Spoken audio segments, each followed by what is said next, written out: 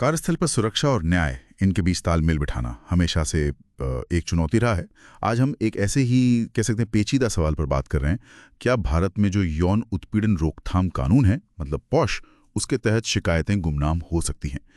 ये एक ऐसा मुद्दा है जहां कानून, व्यवहारिकता और कहीं ना कहीं डर, ये सब आपस में टकराते हैं। हमारे पास इस पर कानूनी ब्लॉग्स हैं, एचआर एक्सपर्ट्स की राय है, कुछ अदालती मामले भी हैं जिनसे जानकारी मिली है। तो चलिए इस जटिल मुद्दे की थोड़ी गहराई में जाते हैं और समझने की कोशिश करते हैं कि मौजूदा पॉश कानून गुमनाम शिकायतों पर क्या कहता है, इसमें क्या चुनौतियां हैं और क्या समाधान हो सकते हैं। तो सबसे पहला सवाल तो यही उठता है कि कोई अपनी पहचान क्यों छुपाना चाहेगा भला? मतलब शिकायतकर्ता को पहचान बताने में हिचक क्यों होती है? देखिए, इसकी सबसे बड़ी वजह है डर।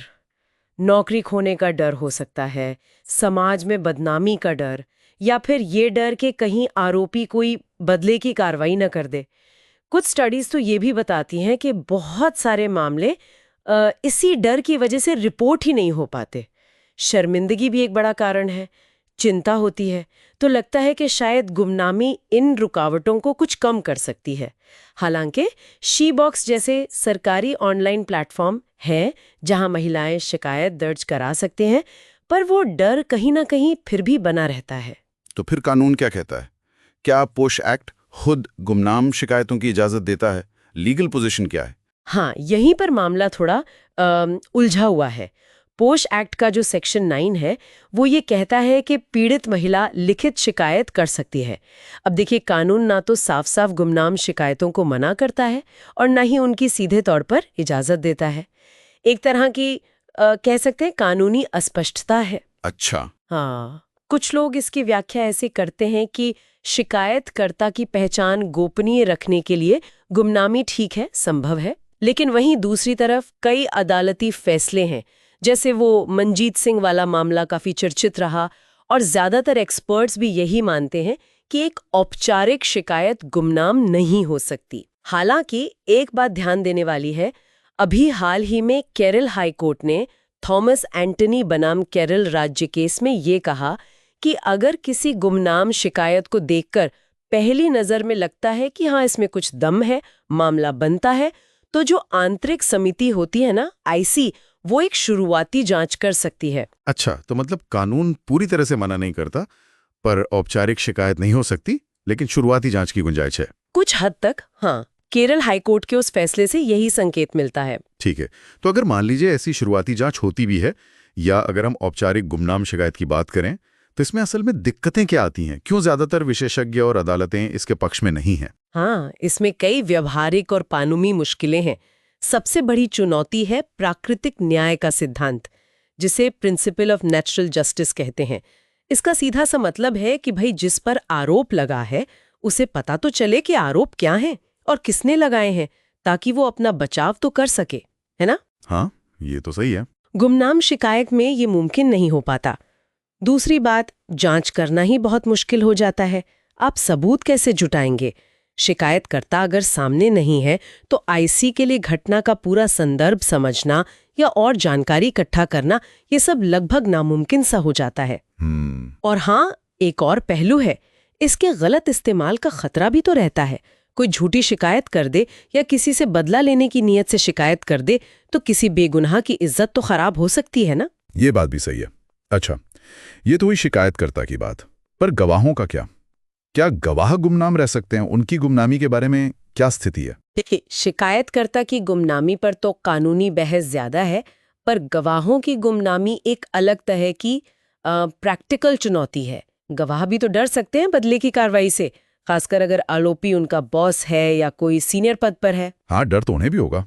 बिल्कुल। पॉश कानून का जो सेक्शन 16 है वो ये कहता है कि जांच की जो भी सामग्री है और जो गवाहों की पहचान है उसे बाहरी लोगों से गोपनीय रखा जाए।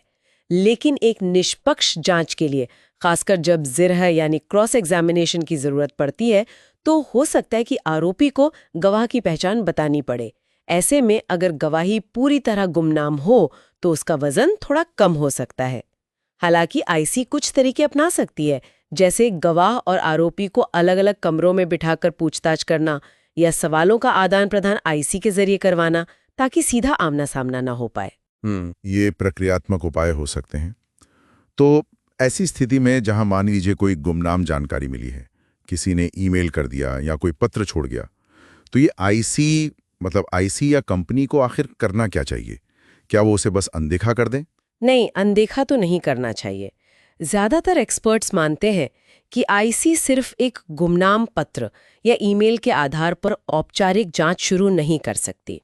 ये सही है, लेकिन वे इसे पूरी तरह नज़रअंदाज भी नहीं कर सकते।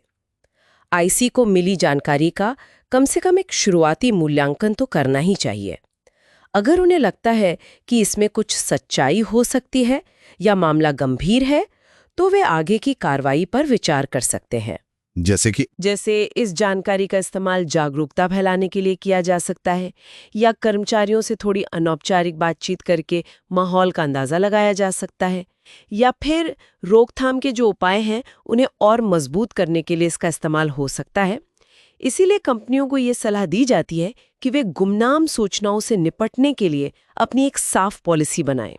और सबसे जरूरी बात, हर हाल में गोपनीयता बनाए रखना सर्वोपरि है। और क्या इस बारे में अदालतों की तरफ से कोई हालिया निर्देश वगैरह आए हैं? हाँ, बिल्कुल।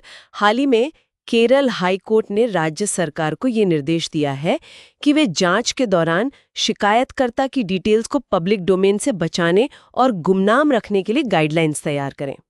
इससे पहले बॉम्बे हाई कोर्ट ने भी पी बनाम ए व अन्य वाले केस में अदालती कार्यवाही में गोपनीयता और गुमनामी बनाए रखने पर काफी अहम निर्देश दिए थे, जैसे आदेशों में नाम न लिखना या छोटे रूप में लिखना, या सुनवाई बंद कमरे में करना।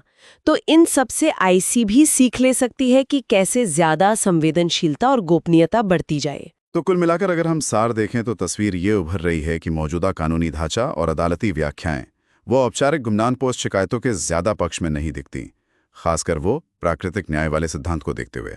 हाँ, सही कहा आपने, बिल्कुल यही स्थिति है। लेकिन इसके साथ ही हमें ये भी मानना होगा कि लोग डर की वजह से चुप रह जाते हैं और उन्हें गुमनाम रूप से जानकारी देने की ज़रूरत महसूस होती है। इसे हम पूरी तरह से खारिज भी नहीं कर सकते। तो केरला हाईकोर्ट के जो हालिया निर्देश हैं, या कंपनियां जिस तरह से अब रोकथाम के लिए गुमनाम जानकारी का उपयोग करने के बारे में सोच रही हैं, वो शायद इसी संतुलन को साधने की एक कोशिश है कि भाई कार्यस्थल सुरक्षित भी रहे और जो प्रक्रिया हो वो भी निष्पक्ष हो। ये वाकई एक बहुत महीन संतुलन साधने वाली बात है, और ये हमें एक अहम सवाल पर लाकर छोड़ता है। कानून की अपनी सीमाएं हैं, लेकिन उनसे परे संगठन या कंपनियां असली में सुरक्षा, गोपनीयता और न्याय के इस जटिल संतुलन को कैसे साध सकती हैं, खासकर तब जब जानकारी किसी गुमनाम स्रोत से आई हो। ये एक ऐसा सवाल है जिस पर शायद सभी को सोचने की जरूरत है।